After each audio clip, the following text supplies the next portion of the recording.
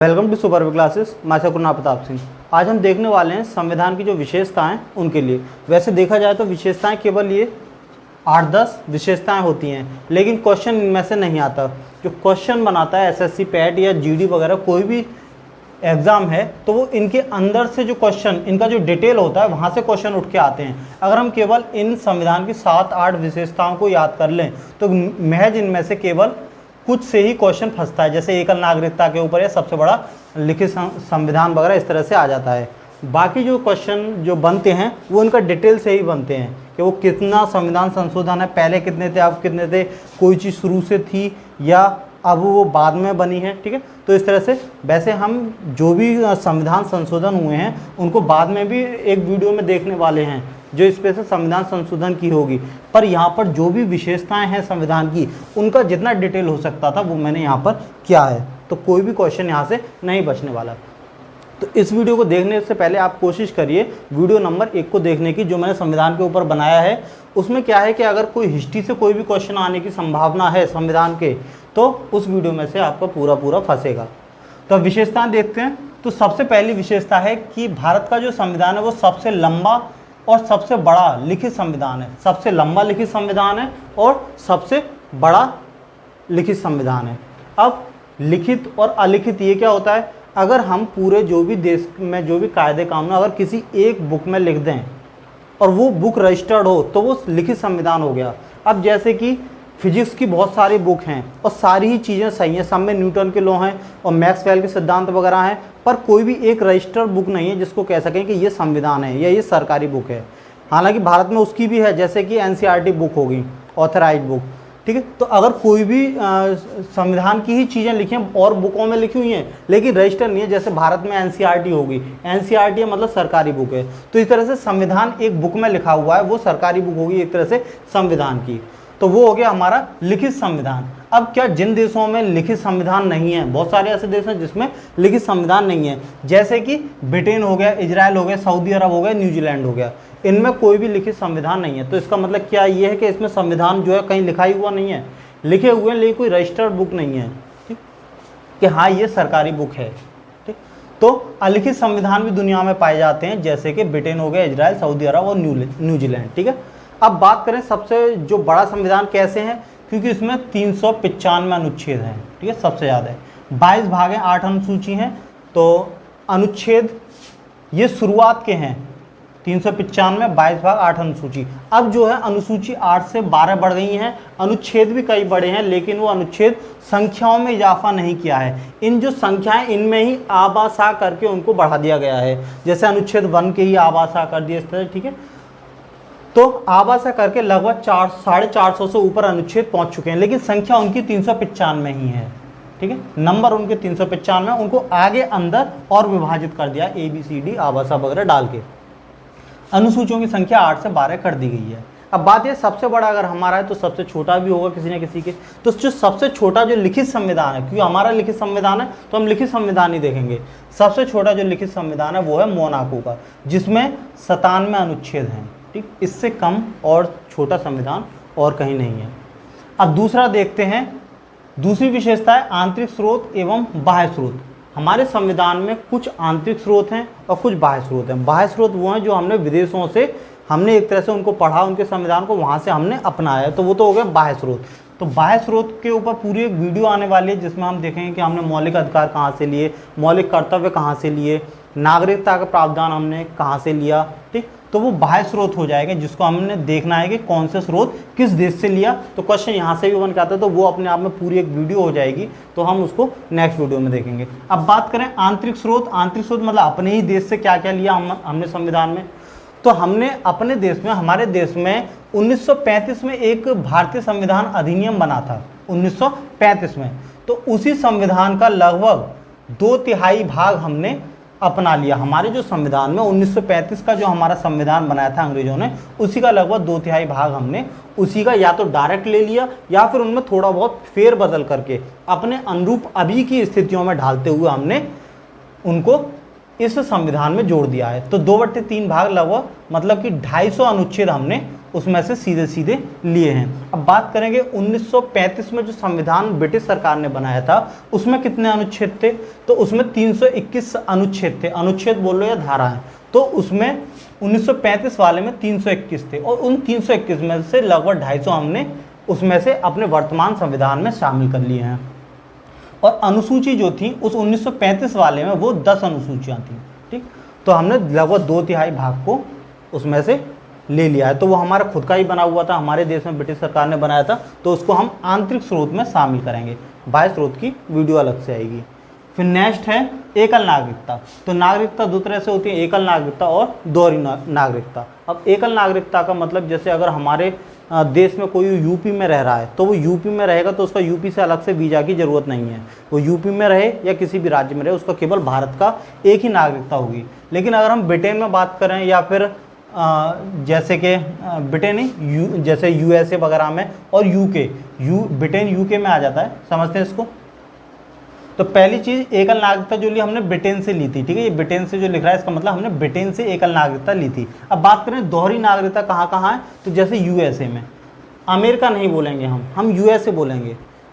जैसे मान लो यूएसए में कनाडा भी आ जाता है, यूनाइटेड स्टेट ऑफ अमेरिका। अब कनाडा में कोई व्यक्ति रह रहा है तो उसकी 2 नागरिकता होंगी, एक तो कनाडा की नागरिकता और दूसरी यूएसए की नागरिकता, मतलब यूनाइटेड स्टेट ऑफ अमेरिका की, ठीक। अब कोई यूके में रह रहा है, यूनाइटेड किंगडम में, तो यूनाइटेड किंगडम में ब्रिटेन भी आता है और भी आते हैं, ठीक, तो उनकी अपने देश की भी होगी और यूके की भी नागरिकता होगी। इसके अलावा ऑस्ट्रिया हो गया, स्विट्जरलैंड हो गया, इनमें दोहरी नागरिकता का प्रावधान है। अब इसके बाद में देखते हैं नम्यता व अनम्यता का मिश्रण। तो नम्यता का मतलब कोई चीज़ नम्य है, नम्य मतलब उदार है या लचीली है, और अनम्य मतलब नम्य नहीं है मतलब कठोर है। तो अब देखते हैं नम्य क्यों है, तो नम्य मतलब लचीला क्यों, क्योंकि संविधान में दरअसल ये चीज़ जो नापी जाती है कि नम्य है या अनम्य, ये देखा जाता है संविधान को संशोधन करने में कितनी कठिनाई आ रही है, कितनी आसानी से हो रहा है। अगर संविधान का संशोधन आसानी से हो रहा है तो वो नम्य था, और अगर उसको संविधान संशोधन करने में बहुत ज़्यादा कठिनाई आ रही है तो वो अनम्य हो गया। तो भारत में दोनों ही चीज़ें हैं। नम्यता यानी कि लचीला क्यों है, क्योंकि बहुत सारे कायदे जो नियम हैं वो हम साधारण 2/3 बहुमत से उनको पास कर सकते हैं। लेकिन अनम्य क्यों है या कठोर क्यों है, क्योंकि कुछ जो नियम हैं उनको हम विशेष बहुमत चाहिए होता है, और न केवल विशेष बहुमत, केंद्र की भी उसमें एक्सेप्टेंस जरूरी है और साथ ही साथ राज्य भी उसको पारित करे, राज्य भी उसको सहमति दे, तभी वो लागू हो पाते हैं। तो राज्य के परामर्श द्वारा ही उनका लागू वो होते हैं, मतलब राज्य की भी सहमति होनी चाहिए, केंद्र की भी होनी चाहिए, ठीक, तब जाके विशेष बहुमत से वो नियम पारित होते हैं। तो वो भी हमारे संविधान में ऐसे भी कुछ विषय हैं। तो इसलिए भारतीय संविधान नम्यता और अनम्यता मतलब लचीला और कठोर दोनों ही हैं। अब नेक्स्ट है पंथ निरपेक्ष, या ये चीज़ आती है कि पंथ निरपेक्ष या धर्म निरपेक्ष। तो हमारे संविधान में धर्म निरपेक्ष शब्द नहीं लिखा, हमारे संविधान में पंथ निरपेक्ष शब्द लिखा है, जिसका मतलब ऐसे यही होता है कि धर्म निरपेक्ष मतलब भारत जो देश है या भारत सरकार है वो किसी एक धर्म का पक्ष नहीं लेगी, सभी धर्म उसके लिए समान हैं। पर जो भारत था शुरू में, जब भारत और पाकिस्तान बटा तो वो शुरू में पंथ निरपेक्ष नहीं थे। जो भी मुस्लिम जो पाकिस्तान था वो मुस्लिम धर्म को अपनाने वाला देश बना था, तो जाहिर सी बात है जो हिंदुस्तान था वो हिंदू धर्म को अपनाने वाला। तो हम देखा जाए हिंदू बाहुल्य देश था शुरू में, पर बाद में ये उदारीकरण की वजह से ये पंथ निरपेक्ष मतलब धर्म निरपेक्ष बनाया इसको, मतलब सभी धर्म समान है। वरना शुरू में ये देखा जाए तो धर्म के आधार पर ही हमारे देश बटे थे, हिंदुस्तान और पाकिस्तान। लेकिन अब वो धर्मनिरपेक्ष, पाकिस्तान तो अभी भी मुस्लिम एक तरह से देश हो गया मुस्लिम धर्म का, लेकिन हमारा जो है वो धर्मनिरपेक्ष हो गया या पंथ निरपेक्ष हो गया। अगर ऑप्शन में दोनों आते हैं पंथ निरपेक्ष और धर्मनिरपेक्ष, तो हमें पंथ निरपेक्ष ऑप्शन टिक करना है। अगर केवल धर्मनिरपेक्ष आता है और पंथ निरपेक्ष ना है तो हम धर्मनिरपेक्ष को ही टिक कर आएंगे, वो हमारा सही माना जाएगा। अब देखते हैं कब बना, तो शुरू से तो नहीं था ये, तो 1976 ईस्वी में 42वां संविधान संशोधन हुआ था, जिसके जरिए ये हमारे देश को पंथ निरपेक्ष बनाया गया था। जो 42वां संविधान संशोधन ये अपने आप में बहुत इंपॉर्टेंट है, क्योंकि ये काफ़ी बड़ा संविधान संशोधन था, बहुत सारी चीज़ें इसमें इन्वॉल्व हुई थी। तो इसको कभी जब संविधान संशोधन आएगा उसमें हम डिटेल रूप में भी देखेंगे। नेक्स्ट है मौलिक अधिकार।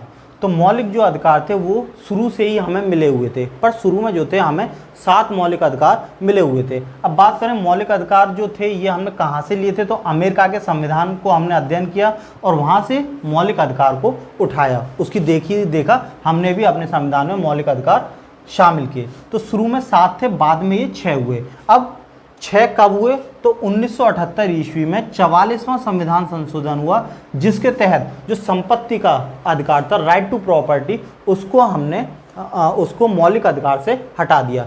अब क्वेश्चन ये भी आ जाता है कि संपत्ति का अधिकार जो है वो मौलिक अधिकार से हटा दिया, पर मौलिक अधिकार से हटा के उसको कानूनी अधिकार में रख दिया। मतलब संपत्ति तुम्हारी निजी हो सकती है, तुम किसी भी संपत्ति के प्रति अगर कोई तुमसे छीनता है तो कानूनी लड़ाई उसके ऊपर लड़ सकते हो। तो कानूनी अधिकार तो है पर मौलिक अधिकार नहीं है। तो ये क्वेश्चन आता है कि मौलिक अधिकार से हटाकर किस उसमें संपत्ति का अधिकार को डाल दिया, तो वो कानूनी अधिकार में डाल दिया है।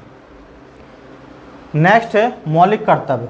तो मौलिक कर्तव्य मतलब देश के प्रति हमें क्या क्या कर्तव्य करने चाहिए, जो हमारे दायित्व जिम्मेदारी हैं। तो ये मौलिक कर्तव्य शुरू से नहीं थे।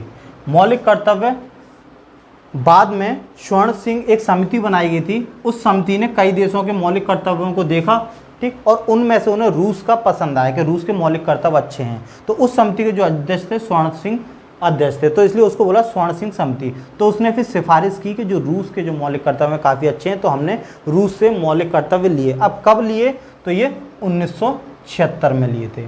ठीक, कितने लिए थे, तो ये 11 मौलिक कर्तव्य हमारे ऐसे दायित्व हैं जो हमें मौलिक कर्तव्य हमारे हैं जो देश के प्रति हमें करने चाहिए। जैसे अपने राष्ट्रीय ध्वज का सम्मान, ठीक, बहुत सारी चीज़ें हैं। तो मौलिक कर्तव्य जब आएंगे उनको अनुच्छेद के तहत देखेंगे कि कौन से अनुच्छेद में कौन सा मौलिक कर्तव्य है। तो 1976 में ये संविधान संशोधन हुआ था, 42वां पीछे भी था अभी, ठीक, 42वां। तो 42वां ऑलरेडी बहुत कुछ जो चेंजिंग हुई थी वो 42वें संविधान संशोधन में ही हुई थी। तो 42वें संविधान संशोधन में मौलिक कर्तव्यों को ऐड किया गया था 11, शुरू में मतलब 11 ऐड किए थे और अभी भी ये 11 हैं, लेकिन जो मौलिक अधिकार हैं वो 7 से अब 6 हो गए हैं। तो 1976 में ये संविधान संशोधन हुआ था, उसमें स्वर्ण सिंह समिति की सिफारिश पर मौलिक अधिकार संविधान में शामिल किए गए थे। फिर नेक्स्ट है सार्वभौमिक मताधिकार। इसका मतलब है कि हमारे देश पे किसी भी बिना किसी भेदभाव के कोई भी एक उम्र तय कर दी गई है, 18 साल या 21 साल बात करेंगे आगे। उस उम्र के बाद में चाहे वो किसी भी जाति का हो, किसी भी रंग का हो, किसी भी धर्म का हो, वो बिना किसी भेदभाव के अपना मत मतलब अपना वोट दे सकता है। तो बात करें वोट देने की उम्र क्या थी, तो शुरू में वोट देने की उम्र 21 वर्ष तय की गई, अब बाद में उसको 18 वर्ष कर दी गई है। अब ये कब की गई थी, तो इसमें 2 चीज़ें ध्यान रखनी पड़ेंगी। ये संविधान संशोधन अगर एक्ट की बात करें तो वो 1988 का संविधान संशोधन एक्ट आता है, ठीक है, मतलब संविधान संशोधन इस नेम में। पर कभी कभी देखा गया है कि वो संविधान संशोधन पड़े रहते हैं, काफ़ी टाइम खिंचता रहता है और बाद में जाके फिर ये 1989 में ये चीज़ जाके लागू हुई। तो अगर संविधान संशोधन एक्ट पूछता है तो 1988 द्वारा उम्र को 21 वर्ष से बदलकर, शुरू में 21 वर्ष थी वो बाद में 18 वर्ष कर दी गई। अगर बोलता है किस वर्ष में 21 वर्ष से घटाकर 18 वर्ष कर दी, तो डायरेक्ट वर्ष पूछे तो 1989 ईस्वी में। अगर एक्ट का नाम पूछता है तो वो 1988 से वो एक्ट चला रहा था, 1 साल तक वो ऐसी घसीटता रहा, ठीक, और 1989 में आके वो पारित हुआ। अब बात करें कोई भी अगर चीज़ चेंज होती है तो वो संविधान संशोधन कितनेवें नंबर का था, तो वो 61वां संविधान संशोधन था, ठीक। अब नेक्स्ट है 9वीं विशेषता त्रिस्तरीय शासन व्यवस्था। मेन रूप से 2 ही व्यवस्था पाई जाती हैं शासन की, एक तो केंद्रीय और दूसरी राज्य। मतलब केंद्र में अलग शासन करने वाले लोग होंगे और राज्य में अलग, जैसे केंद्र में प्राइम मिनिस्टर हो गए, प्रेसिडेंट हो गए, और राज्य में चीफ मिनिस्टर हो गए और राज्यपाल वगैरह हो गए, तो इस तरह से। पर हमारे देश में 3, शुरू में 2 थी, बाद में अब 3 हो गई। जैसे 73वां संविधान संशोधन हुआ था, उसमें पंचायती राज वगैरह ये बाद में जोड़ा गया था। तो प्रेजेंट में देखा जाए तो 3 स्तर पे हमारे देश में शासन चलता है। पहला केंद्र स्तर पर राष्ट्रपति आ जाता है, और राज्यपाल, राज्यसभा और लोकसभा। राज्यसभा को उच्च सदन बोलते हैं और लोकसभा को निम्न सदन। जो भी हम लोगों द्वारा चुन के जाते हैं वो लोकसभा में बैठते हैं, ठीक। तो उच्च सदन, निम्न सदन या राज्यसभा, लोकसभा और राष्ट्रपति, ये 3 बनाते हैं जो केंद्र में शासन करते हैं मेन रूप से। अब राज्य में देखते हैं तो राज्य में विधायिका आ जाती है और विधायिका। अब विधायिका के अंदर कौन कौन काम करते हैं, तो जैसे सेंटर में राष्ट्रपति हैं तो राज्य में राज्यपाल। अब राज्यसभा की जगह जो राज्य में है विधान परिषद और लोकसभा की जगह विधानसभा। इसको हम निम्न सभा बोल सकते हैं और इसको उच्च सभा या निम्न सदन, उच्च सदन। ठीक है, तो ये जो डायरेक्ट लोगों द्वारा चुन के जाते हैं और ये विधानसभा, विधान परिषद थोड़ा अलग होती है, इसका निर्वाचन अलग तरह से होता है।